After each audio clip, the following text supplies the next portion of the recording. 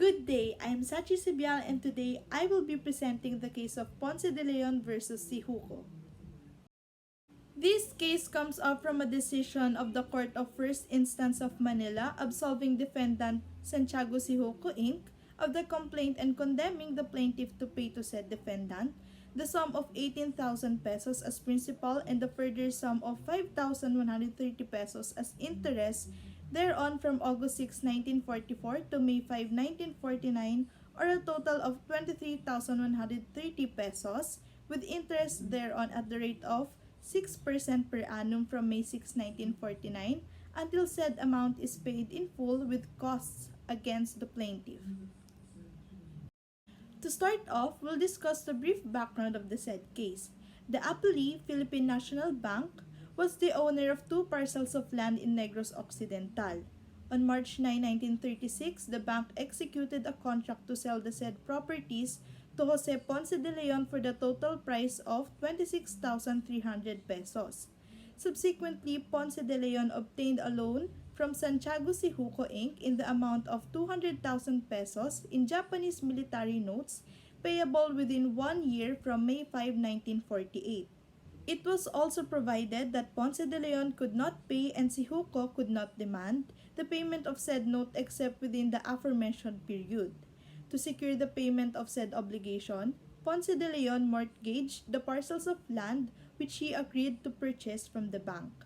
Using the loan, Ponce de Leon was able to pay the bank and a deed of absolute sale was executed in his name. Ponce de Leon further obtained an additional loan from Syjuco. On several occasions in October 1944, Ponce de Leon tendered to Syjuco the amount of 254,880 pesos in Japanese military notes in full payment of his indebtedness, which was refused by Syjuco, which Ponce de Leon deposited with the clerk of court of the CFI. He then filed a petition with the CFI for the reconstitution of transfer of the certificates of the lot in the name of the bank, which was granted by the court. Syjuco filed a second amended answer to Ponce de Leon's complaint, claiming that Ponce de Leon, by reconstituting the titles in the name of the bank, by causing the register of deeds to have the said titles transferred in his name, and by subsequently mortgaging the said properties to the bank as a guarantee for his overdraft account, had violated the conditions of the mortgage which Ponce de Leon has executed in its favor during the Japanese occupation. Syjuco prayed that the mortgage executed by Ponce de Leon in favor of the bank be declared null and void.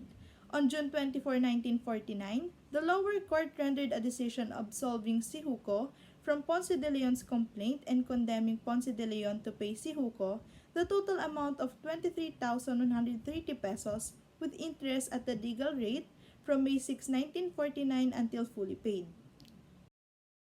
Now going on to the case digest, let's dig deeper into the most significant details needed in order to study this case. Let's start off with the facts presented in this case.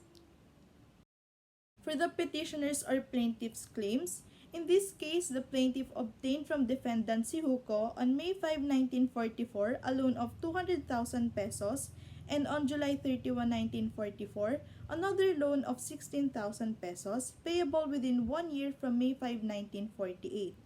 On November 15, 1944, the plaintiff claims that he offered to pay the entire indebtedness plus all the interest up to the date of maturity. Second, the respondent's or defendant's claims. According to the main theory of the defense, it was said that Ponce de Leon had violated the conditions of the mortgage which the plaintiff has executed in its favor during the Japanese occupation. The defendants claimed that by reconstituting the titles in the name of the bank, causing the register of deeds to have the said titles transferred in his name, and subsequently mortgaging the sold properties to the bank as a guarantee for his overdraft account, makes the other side guilty. For the third one, we have the decisions of the lower courts, which also plays a huge part in every case. In the Court of First Instance of Manila, the defendant Santiago Syjuco was absolved of the complaint and condemning the plaintiff to pay the said defendant the sum of 18,000 pesos as principal and the further sum of 5,130 pesos as interest thereon from August 6, 1944 to May 5, 1949, or a total of 23,130 pesos, with interest thereon at the rate of 6% per annum from May 6, 1949 until the said amount is paid in full with costs against the plaintiff. Now, what is the real issue we're trying to figure out here? That is whether the consignation made by the plaintiff valid in the light of the law and the stipulations agreed upon in the two promissory notes signed by the plaintiff. Held. Finally reaching the disposition of the case, the Supreme Court came up with a decision that the amount of this judgment, principal and interests, be not paid within 90 days from the date this judgment becomes final, the properties mortgaged should be sold at public auction, and the proceeds applied to the payment of this judgment in accordance with law with costs against the plaintiff. Reaching the end, we have the dictum, which is a remark, statement, or observation of a judge that is not a necessary part of the legal reasoning needed to reach the decision in a case. According to the case, the terms agreed upon are clearer and more conclusive than the one cited because the plaintiff agreed not only not to pay the obligation within 1 year from May 5, 1948, but also to pay peso for peso in the coin or currency of the government that at the time of payment it is the legal tender for public and private debts. Tested by the law and authorities we have cited above, the conclusion is capable that the consignation made by the plaintiff is invalid and therefore did not have the effect of relieving him of his obligation.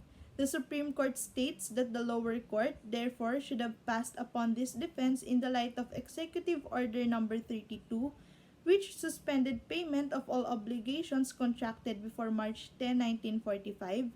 With these statements, the court was able to come up with a final decision made following the laws and presented facts. That's it for my presentation of the case Ponce de Leon and Syjuco. Thank you so much for listening and I hope you understood the case. Again, this has been Zachary Sibial and thank you.